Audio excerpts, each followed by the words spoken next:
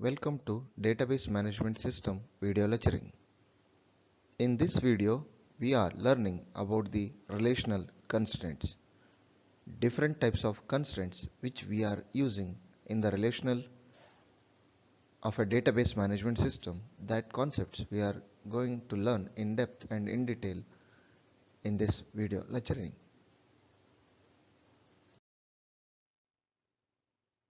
The word relational constraint indicates that constraints is nothing but it is to specify the way in which the value is accepted for each attribute. That is, we can call it as a constraint. The basic relational constraints topic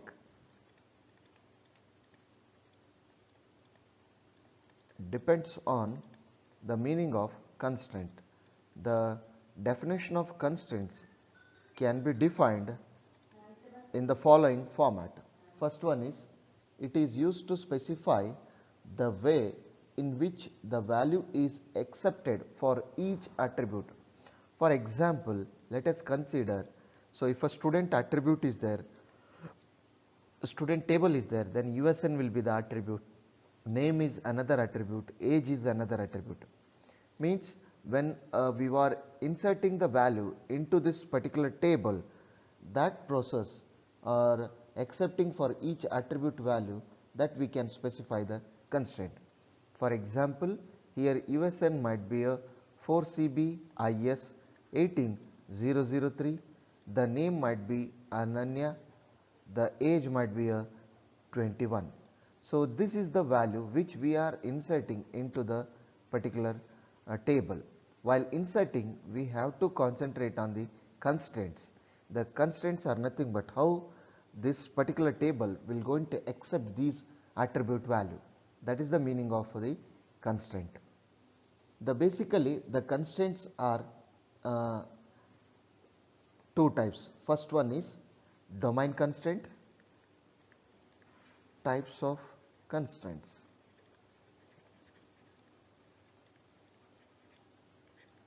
First one is domain constraint.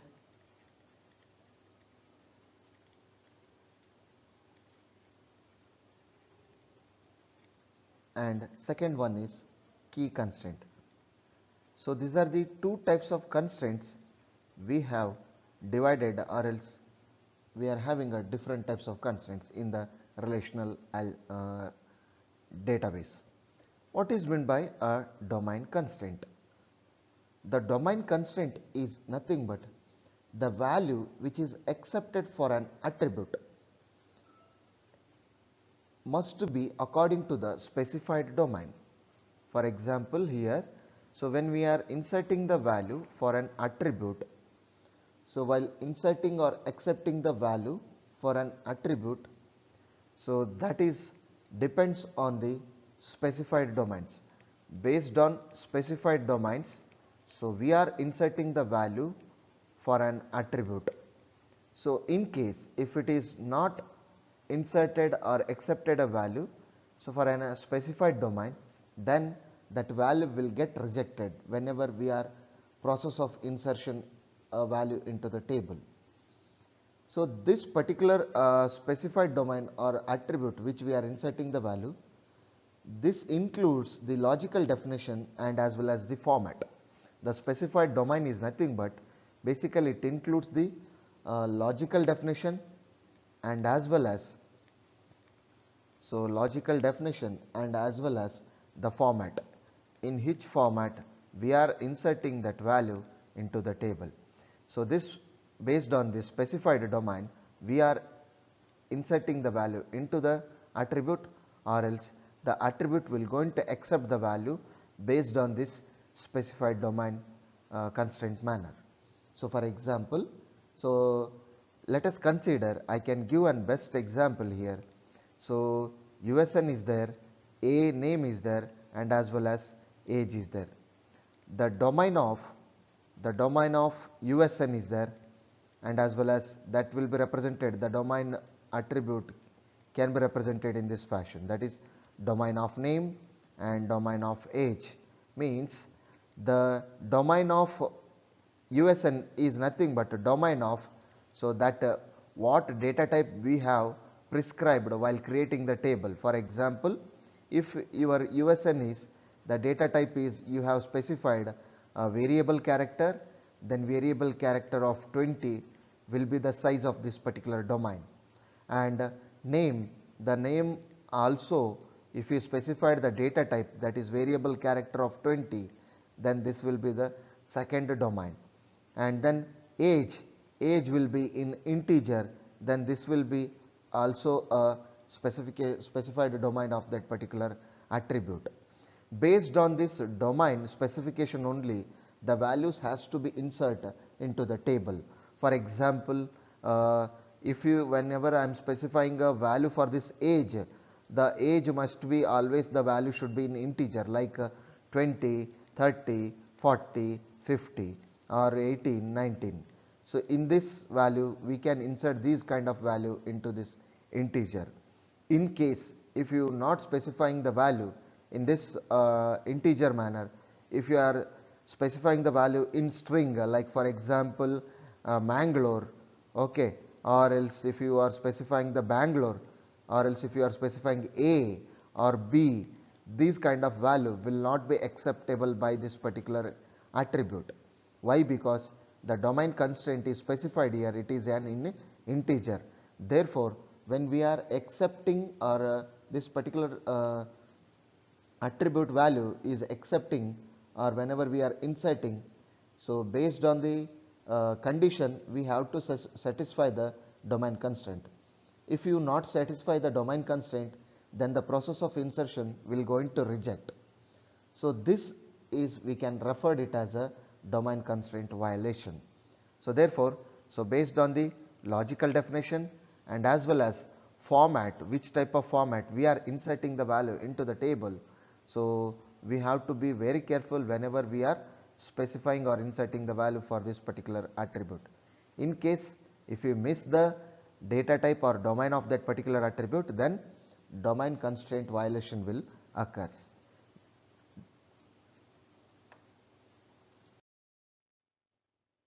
So and also there is a one more condition in the key constraint, that is constraint on null. So if I am talking about the constraint on null, so if I want to inserting a value for that employee table, like employee ID, employee name, which I have shown in the previous, employee ID, employee name, employee salary, if some of the this is the key attribute where it includes 1, 2, 3, and the names which I have written, like Ananya, then Shreya, and then I have written Mihir. So and their salaries are 20,000 and 15,000 and then 20,000. Okay, now if I am trying to insert the value which is includes a null, and here if I am trying to insert the value like Sagar, and then he is getting a salary of 18,000, then this null value will not be allowed to insert into this particular key attribute. Always key attribute, it should not be a not null. This is the one more constraint for the key attribute. The key attribute should not be a null. So therefore this is should be a not null, means always it should have a value, but it don't allow duplicate values, okay, and it should not be a null value. So and as well as repetition should not existed in this. So therefore this is what we are calling it as a constraint on null value. When you are trying to insert null value for that key attribute, once again it generates the violation, that is key constraint violation, that is violation of the constraint which are happen when null value is inserted for this particular attribute. Within this key constraints, there are basically three types of constraints are once again splitted. In that, the first one is entity integrity constraint.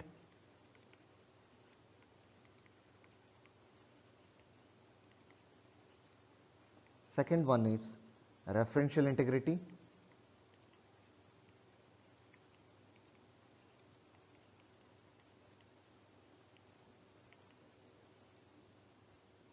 And so third one is semantic integrity constraint.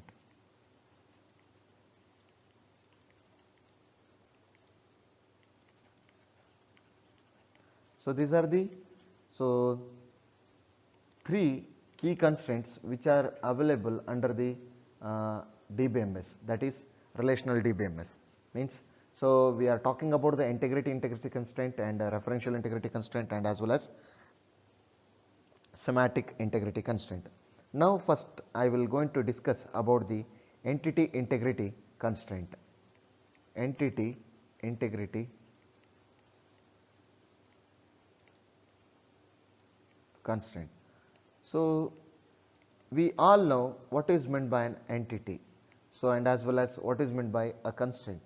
So I told initially the constraint is nothing but which is the way in which the values is accepted for each attribute, that is we can call it as a constraint.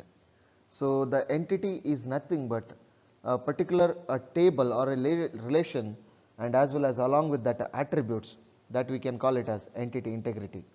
So now basically when we are talking about the entity integrity constraint, we will talk about the word primary key. So the primary key is nothing but it is an unique key, and it should not be always a null. It should not it should be a not null key. Okay, means it will not accept the null values and as well as duplicate values. So therefore we can call it as it is identifies. So based on these two things, one is duplicate values will not be allowed. Duplicate values or repeated values, and as well as then it should not be a null, means always there should be a some value for this key attribute. So therefore based on this primary key attribute, it is used to identify a particular tuple uniquely in a relation. So when we are identifying a particular tuple uniquely in a relation, then we are identifying by using this attribute only, which is we have specified with the primary key value. For example, so when I am talking about the employee table, so in the employee table, employee ID is the primary key constraint, where employee name and as well as employee salary is there. Then these are the normal attributes which are existed in the table. So this employee ID or employee names are there. So that a particular key attribute is there, primary key attribute. It should not be a duplicate value, it should not consist a duplicate value, and as well as it should not be a null value. If it is accepting the duplicate value or else null value, then we are calling it as a violation of the entity integrity constraint violation, or violation of the referred to as a entity integrity constraint violation value. When if you are trying to inserting the value, for example 1, so name is existed here Shreya, then salary is there. So then if you are trying to insert the same attribute value, for example the same attribute value 1 with the name different name like Ananya, then if you are specifying value to insert the same value into this table, this value is already existed in this table. Therefore this becomes a duplicate value. When this duplicate value or this particular tuple, if you are trying to insert into this table, then entity integrity constraint violation will occurs whenever we are specified this particular attribute as a primary key attribute.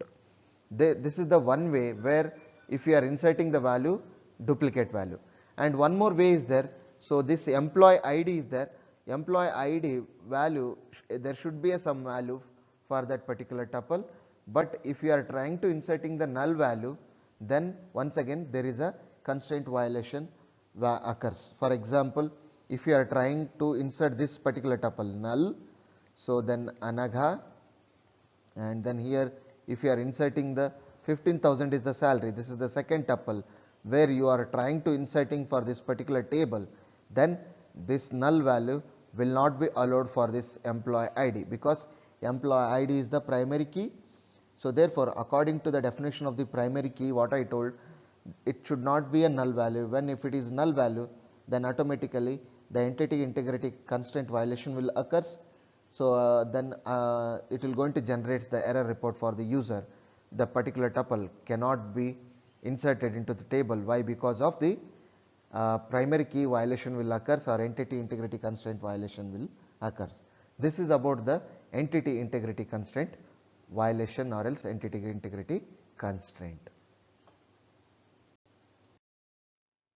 Now the second type of key constraint is referential integrity constraint. The word referential integrity constraint is specified between the two relations within the same relational schema and is used to maintain the consistency among the tuples of two relations.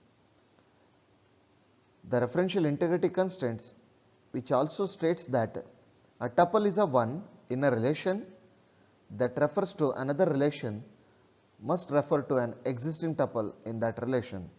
That is, we can call it as referential integrity constraint. So from this table you can see here there are two tables are there. One is employee table and the second one is department table.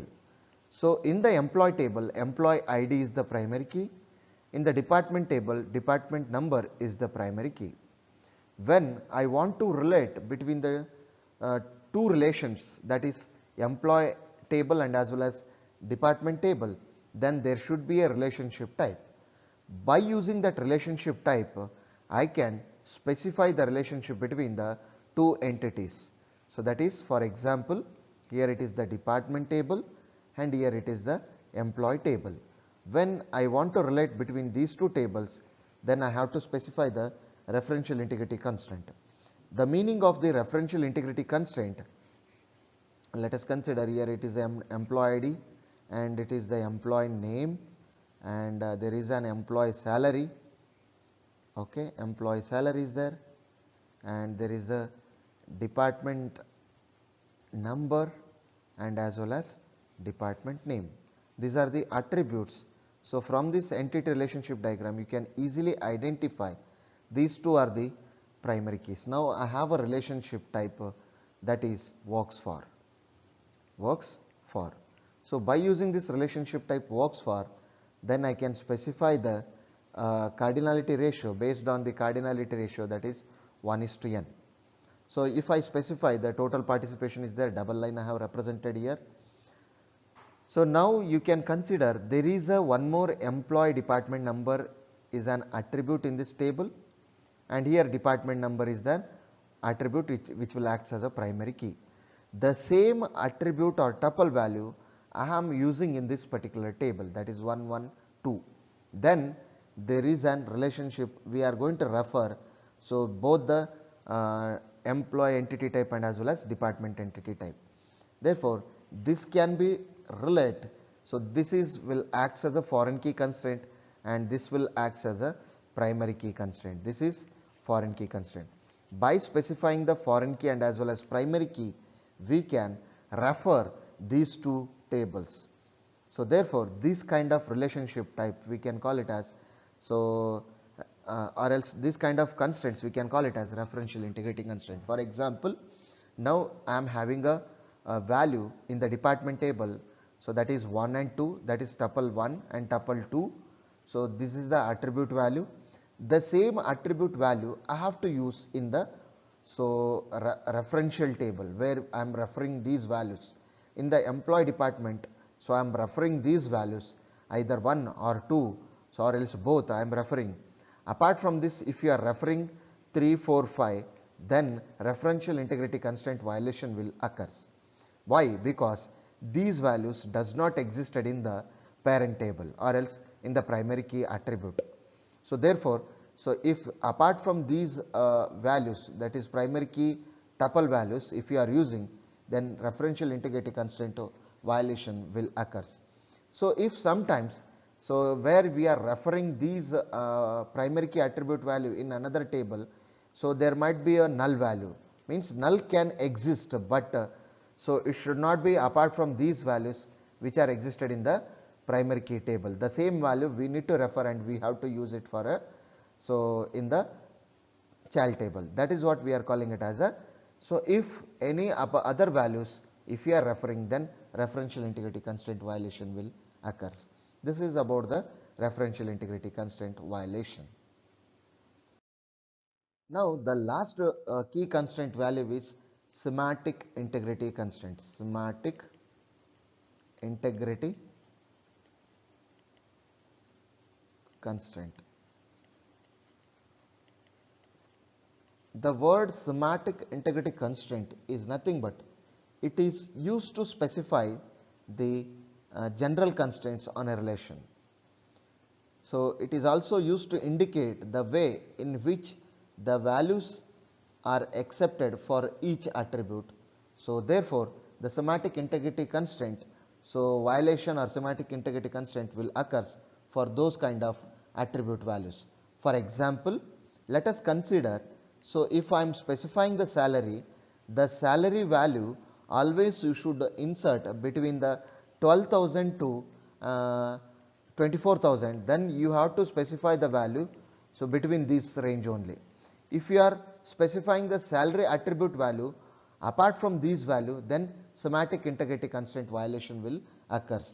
So, this can also be used by using the trigger concept, or else you can also use the assertion concepts. By using trigger or assertion concepts, you can specify these kind of semantic integrity constraint so for an table. So, what I told, so for example, in the employee table, if I am specifying the employee ID, employee name, so and as well as employee salary is there.